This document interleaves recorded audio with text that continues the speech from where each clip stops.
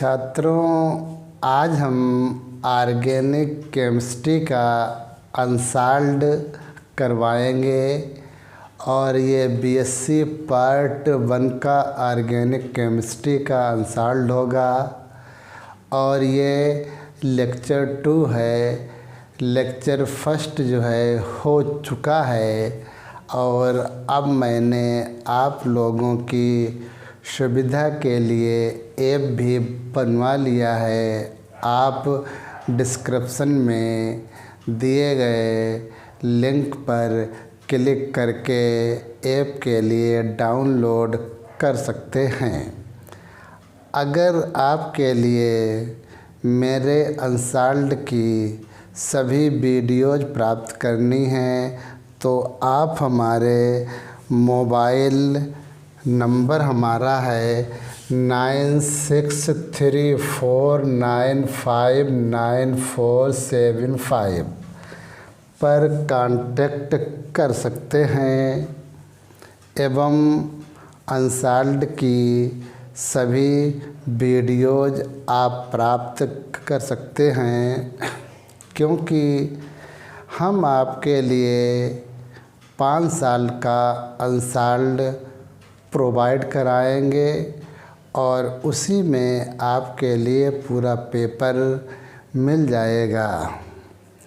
और ये unsolved BSc part 1 हो, चाहे पार्ट 2 हो, चाहे पार्ट 3 का हो, अभी टोटल वीडियोज तो नहीं बनी हुई हैं, लेकिन मैं डेली एक अनसॉल्व्ड की वीडियो अपने ऐप पर डाउनलोड करता हूँ। तो आज का विषय है ऑर्गेनिक केमिस्ट्री का अनसॉल्व्ड। इसके बाद में अगर आप अनसॉल्व्ड की पीडीएफ चाहते हैं तो डिस्क्रिप्शन में दिए गए लिंक पर क्लिक करके आप पीडीएफ भी प्राप्त कर सकते हैं। अब हम लेक्चर 2 में आपके लिए बताने जा रहे हैं बेयर स्टेन थ्योरी के बारे में। बहुत इम्पॉर्टेंट है, साइक्लो एल्केन की थ्योरी है ये बेयर स्टेन थ्योरी। इस थ्योरी के आधार पर हम साइक्लो एल्केन्स की स्टेबिलिटी को ज्ञात किया जाता है। तो बेयर ने देखिए एक ली-वेल-बॉन्ट्रॉप कॉन्सेप्ट के आधार पर साइक्लो एल्केन की स्टेबिलिटी को ज्ञात किया था। अब ली-वेल-बॉन्ट्रॉप कॉन्सेप्ट क्या है, तो उस कॉन्सेप्ट के लिए देखें आप, उन्होंने कहा था कि कार्बन एटम की चारों वैलेंसीज रेगुलर टेट्राहेड्रल के रूप में पाई जाती है और किन्हीं भी 2 वैलेंसीज के बीच का बॉन्ड एंगल 109°28 मिनट होता है। ये बात बॉन्ट्रॉप ने बताई थी। बेयर ने ये कहा था कि साइक्लो एल्केन्स में कार्बन एटम सेम प्लेन में स्थित होते हैं, इसीलिए उनमें बॉन्ड एंगल 109°28 मिनट से डेविएट हो जाता है या विचलित हो जाता है। जिस साइक्लो एल्केन का नॉर्मल बॉन्ड एंगल से जितना विचलन होता है उसे हम उस साइक्लो एल्केन का एंगल स्टेन कहते हैं। तो सबसे पहले देखिए एंगल स्टेन ऑफ साइक्लोप्रोपेन। ये सबसे पहला साइक्लो एल्केन है, तो इसका एंगल स्टेन निकालने का फार्मूला देखिए 1/2 109°28 मिनट। ये तो आपका जनरल बॉन्ड एंगल होता है और साइक्लो प्रोपेन की बात अगर की जाए तो इसमें प्रत्येक बॉन्ड एंगल 60 अंश का होता है, इसीलिए हमने यहाँ पर 60 अंश लिखा है। अब इसके बाद देखिए 109 अंश में से 60 अंश जाएंगे तो यहाँ पर 49 अंश रह जाएंगे, 28 मिनट रह जाएंगे। उसके बाद 2 के लिए अगर 49 के लिए भाग दिया जाएगा तो 24.5 अंश रह जाएंगे और 14 मिनट रह जाएंगे। अब देखिएगा अगर 0.5 अंश के लिए आपके लिए मिनट में चेंज करने हैं तो 0.5 अंश में 30 मिनट होते हैं। तो हमने यहाँ पर 0.5 अंश के लिए मिनट में चेंज किया है। 0.5 अंश में 30 मिनट होते हैं। 30 मिनट के लिए 14 में जोड़ लिया है, इसीलिए 30 और ये 14 जो है 44 आ गए, इसीलिए यहाँ पर 44 अंश 44 मिनट ये साइक्लोप्रोपेन का एंगल स्ट्रेन आया है, अर्थात इतना इसमें जो है स्ट्रेन पाया जाता है। देखेंगे आप लोग जो है बहुत ही इजी थ्योरी है और केवल 2 लाइंस में हम आपके लिए इसका पूरा आंसर दे देंगे। तो स्ट्रेन के आधार पे साइक्लोएल्केन की स्टेबिलिटी कैसे ज्ञात की जाती है। बेयर ने कहा था कि जिन साइक्लोएल्केन्स में हाई स्ट्रेन होगा, हाई स्ट्रेन होगा तो वे साइक्लोएल्केन्स लेस स्टेबल होंगे, लेस स्टेबल होंगे। और वे साइक्लोएल्केन्स जिनमें लो स्ट्रेन होगा वे मोर स्टेबल। बस केवल इतनी बात आपके लिए ध्यान रखनी है, मोर स्टेबल। क्या कहा था एक बार फिर से देखिए, वे साइक्लोएल्केन जिनमें स्ट्रेन ज़्यादा है, तनाव ज़्यादा है, तो वे लेस स्टेबल होंगे। और जैसे जैसे स्ट्रेन उनमें लो होता जाएगा वैसे वैसे उनमें स्टेबिलिटी अधिक आती जाएगी। तो अगर देखा जाए कि साइक्लोप्रोपेन का एंगल स्ट्रेन सबसे ज़्यादा होता है, इसीलिए ये सबसे लेस स्टेबल होता है। अब आप देखिए साइक्लोपेंटेन का एंगल स्ट्रेन सबसे लो होता है, इसीलिए साइक्लोपेंटेन जो है वो इन दोनों की अपेक्षा मोर स्टेबल होता है। ये तो बात बिल्कुल सही है बेयर के अनुसार से, लेकिन साइक्लोपेंटेन और साइक्लोहेक्सेन की तुलना अगर की जाए तो बेयर के अनुसार से साइक्लोपेंटेन मोर स्टेबल होना चाहिए।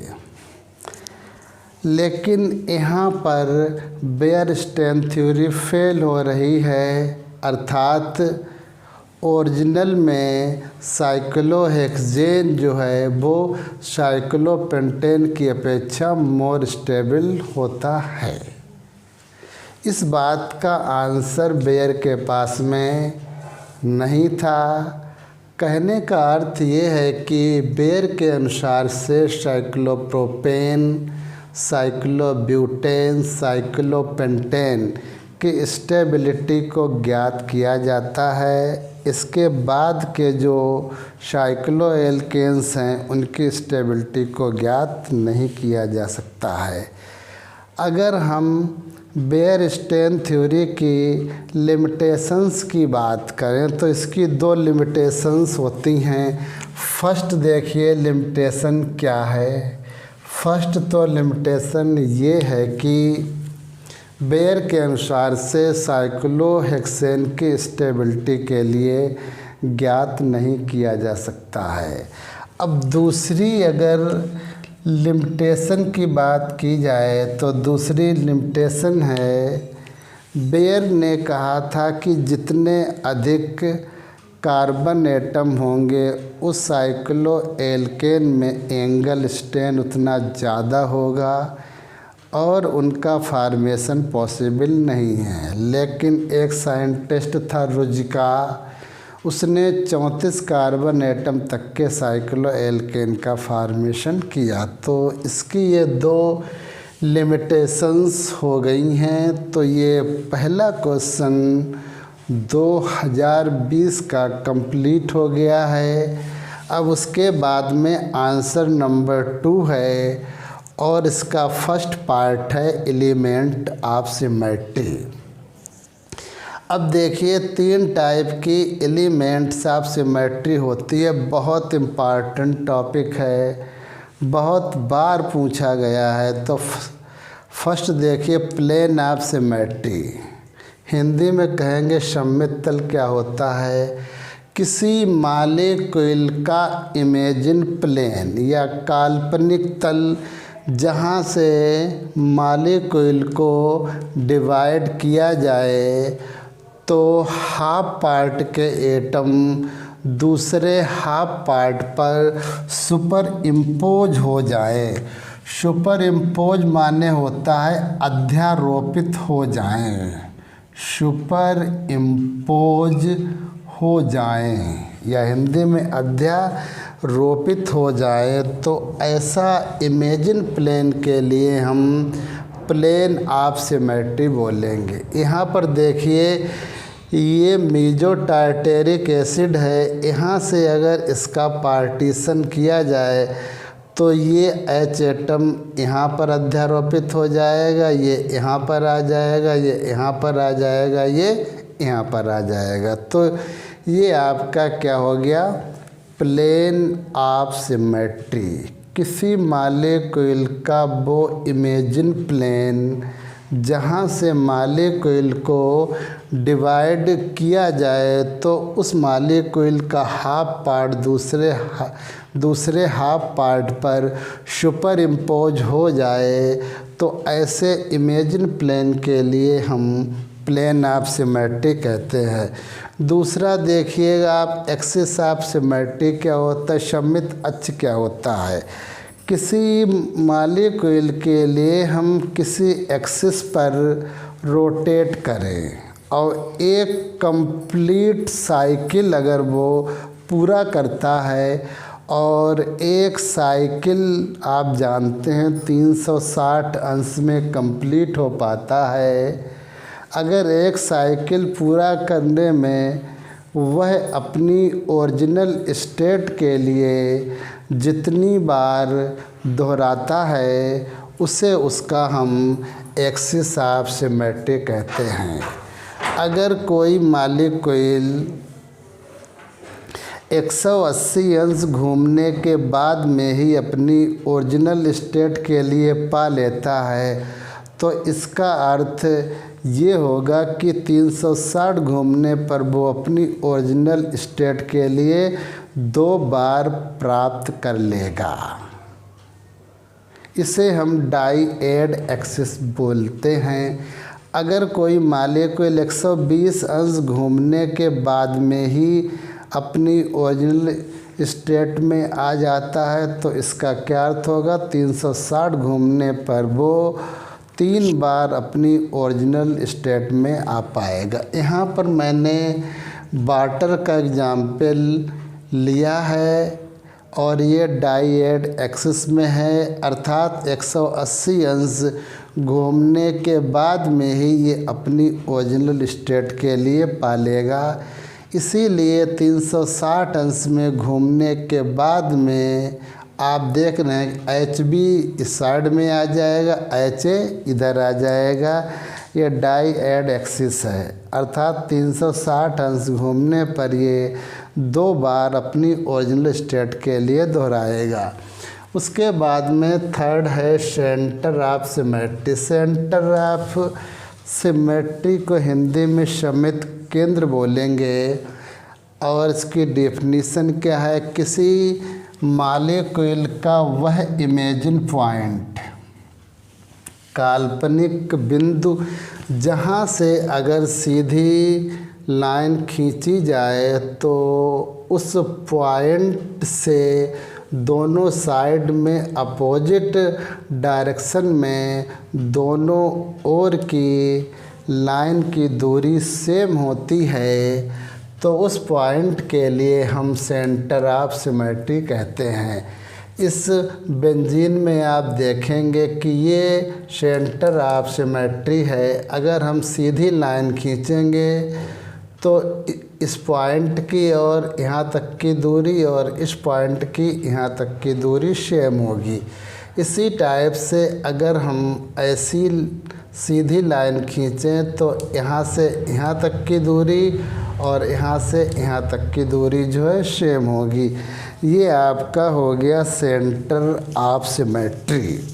ये बहुत अच्छा क्वेश्चन था और पेपर में बहुत बार पूछा गया है। तो ये क्वेश्चन नंबर सेकंड का पहला पॉइंट हो गया है। उसके बाद आप सेकंड पॉइंट के लिए देखिएगा कौन सा पॉइंट है, वो अभी मैं आप लोगों के लिए बताऊंगा। नहीं, अरे दूसरा क्वेश्चन है, butadiene adds to bromine to give 1,2 and 1,4 addition product explain. तो देखिएगा दो टाइप का एडिशन ब्यूटाडाइइन के द्वारा शो किया जाता है। पहला है 1,2 एडिशन।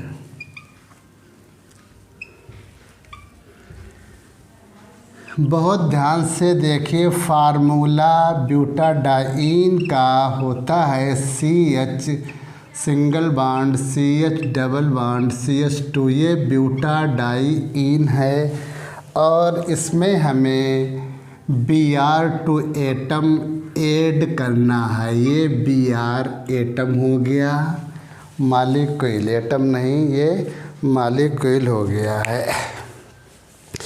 अब इसमें क्या है, जब Br2 का अटैक 1 और 2 पोजीशन पे होगा तो उसे 1,2 एडिशन बोलेंगे।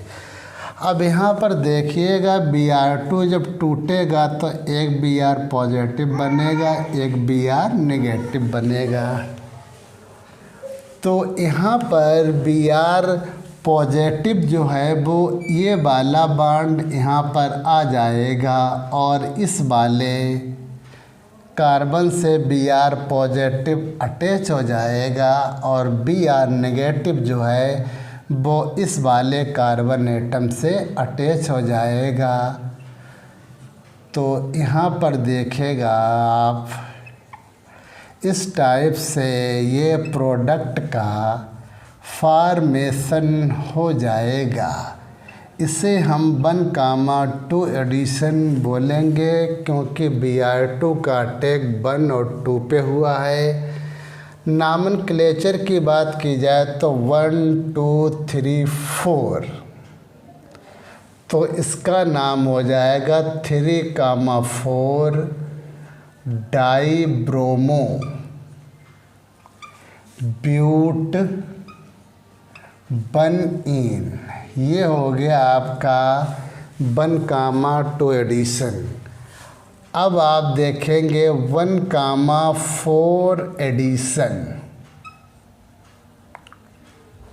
इसमें देखिए क्या होता है, CH2 double bond CH single bond CH double bond CH2 और प्लस Br2 के लिए मैंने ऐसे लिखा है 1,4 एडिशन। आप देखिए जब Br2 का अटैक 1 कार्बन एटम पर और 4 कार्बन एटम पर होता है तो उसके लिए हम 1,4 एडिशन बोलेंगे। ये टूटेगा Br positive Br negative. Br positive वाला आयन इस कार्बन एटम से अटैच होगा और ये वाला पाई बॉन्ड यहाँ पर आ जाएगा। Br नेगेटिव जो है वो इस कार्बन एटम से अटैच होगा, लेकिन Br नेगेटिव इस कार्बन एटम से अटैच होने से पहले ये वाला बॉन्ड आगे के लिए ट्रांसफ़र होगा, क्योंकि कार्बन एटम की 4 वैलेंसी पूरी हैं, 2 और 2 4। अगर Br भी यहाँ पे अटैच हो जाता है तो इस कार्बन एटम की 5 वैलेंसी हो जाएंगी, 2 और 2 4, 1 Br आयन। इसीलिए Br आयन को अटैच होने से पहले इस वाले बॉन्ड को यहाँ पर आना होगा और ये वाला बॉन्ड यहाँ पर आएगा, तो ये आपका बनेगा प्रोडक्ट CH और यहाँ पे डबल बॉन्ड CH और यहाँ पे CH2 और यहाँ पर ये Br। ये वाला बॉन्ड जब यहाँ पर आ गया तो इस कार्बन एटम की 4 वैलेंसी हैं, 2 3 और 4। अब इसका नामनक्लेचर 1,4 डाइब्रोमो ब्यूट तो होगा ही, क्योंकि 4 एटम है, 2 पे ईन लगी है तो ब्यूट 2 ईन। ये आपका सेकंड पार्ट हो गया अनसॉल्व्ड में। ये आया था क्वेश्चन नंबर 2 का सेकंड पार्ट है ये। तो ये क्वेश्चन 2 के फर्स्ट और सेकंड दोनों पार्ट हो गए हैं। इसके बाद में अथवा में उन्होंने क्या पूछा है, देखिए हमने कहा है कि अनसॉल्व्ड 5 साल के अनसॉल्व्ड में पूरा कोर्स हो जाता है आपका, ये समझें आप, पूरा कोर्स। अथवा में आप देखेंगे कि इन्होंने क्या पूछा हुआ है। अथवा में क्वेश्चन नंबर 2 ही है अभी। अथवा में इन्होंने पूछा है ऑप्टिकल आइसोमेरिज्म क्या होती है। ऑप्टिकल आइसोमेरिज्म बहुत अच्छा क्वेश्चन है। देखिए अब इसकी डेफिनीशन देखिए।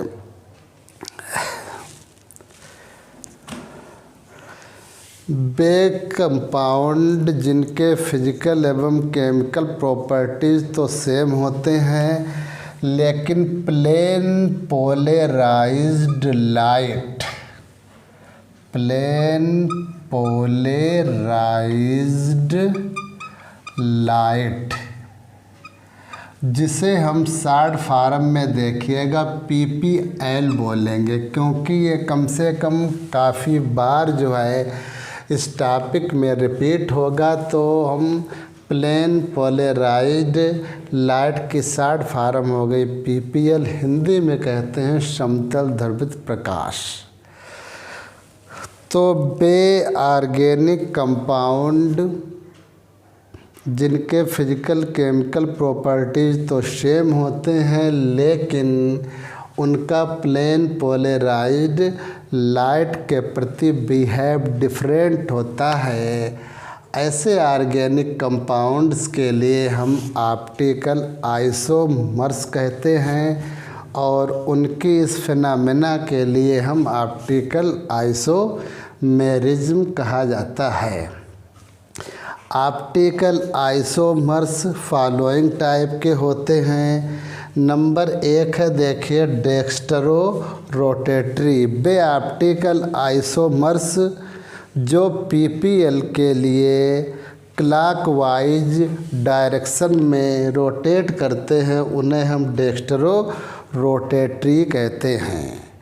दूसरा देखिएगा लीबोरोटेटरी है। वे ऑप्टिकल आइसोमर्स जो PPL के लिए एंटी क्लॉकवाइज डायरेक्शन में रोटेट करते हैं, उन्हें हम लीबोरोटेटरी बोलेंगे। तीसरा है रेजिमिक मिक्सचर। वे ऑप्टिकल आइसोमर्स जो PPL को किसी भी डायरेक्शन में रोटेट ना करते हों उन्हें हम बोलेंगे रेजिमिक मिक्सचर। तो ये 3 टाइप के ऑप्टिकल आइसोमर्स मैंने आपके लिए बताए हैं, बहुत इजी है। अब है एसेंशियल